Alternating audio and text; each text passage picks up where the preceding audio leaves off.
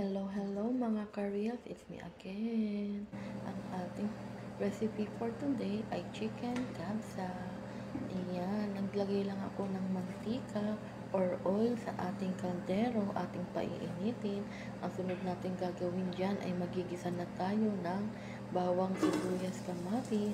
Ang una natin nilagay ay yung ating sibuyas, onion kung tawagin in English. Ayan, imekos-mekos lang natin yung ating onion, sibuyas in Tagalog. Ayan, mekos dito, mekos doon. At pagtapos natin imekos-mekos yan, ilalagay naman natin yan yung ating bawang, garlic kung tawagin in English. Ayan, imekos-mekos lang natin yung ating bawang tsaka sibuyas. Ang sunod natin gagawin dyan ay ating ilalagay yung ating tomato, kamatis in Tagalog. Imekos-mekos lang din natin yung ating kamatis.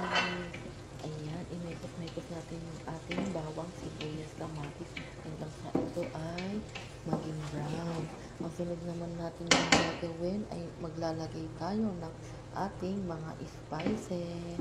Pagtapos natin yung imekos-mekos, ayan, maglalagay tayo din ng ating spices. Pangunahin natin spices ay ang ating salt, bechin, black pepper, mixed spices, cumin, turmeric powder, cardamom seeds, cloves, cinnamon stick, chicken cubes, at black lemon. Ayun yung ating mga pangunahing sangkap. Ang sunod natin gagawin ay maglalagay tayo ng tomato paste hanggang sa ito ay magkakulay, malak. Ayan, tapos natin ilagay yung ating tomato paste, ating imekos-mekos lang hanggang sa magsama-sama ang ating mga spices. Ayan, mekos-mekos lang natin hanggang sa ito ay mamula.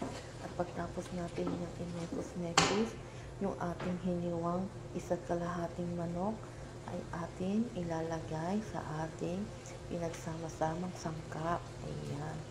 Ilalagay natin yung ating isa't kalahating manok na hiniwa. Dalawa yan.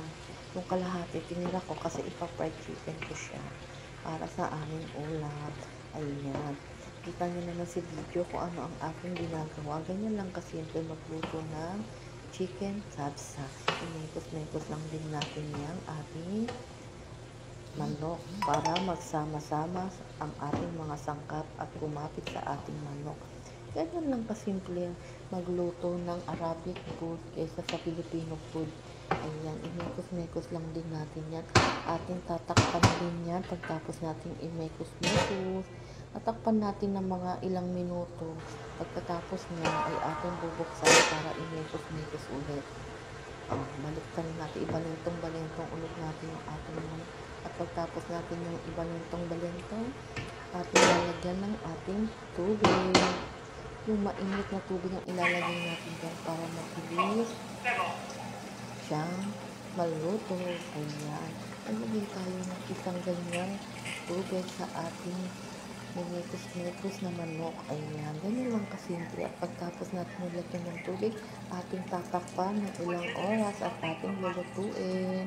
At pagtapos natin yung takpan ay ayan, lutuin natin ng ilang minuto, ilang oras. At tapos niyan, ayan, tatanggalin naman natin yung ating manok. Ilalagay pa natin yan sa oven kasi hindi pa yan luto. Atin naman yan, ito-toast yung ating manok. Ganyan lang kasimple ang pagkaluto. At pagtapos natin yung hanguin, ay ilalagay naman yan natin dyan yung ating bigas. Yung ating binabad na bigas. Dito, para mabilis maluto ang bigas, kailangan natin yung ibabad ng ilang oras.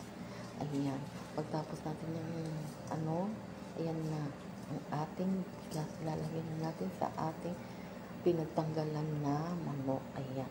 At pagtapos naman natin yung ilagay dyan, halu-haluin natin. Nilagyan ko pa yan ng konting tubig kasi konti lang yung tubig yun.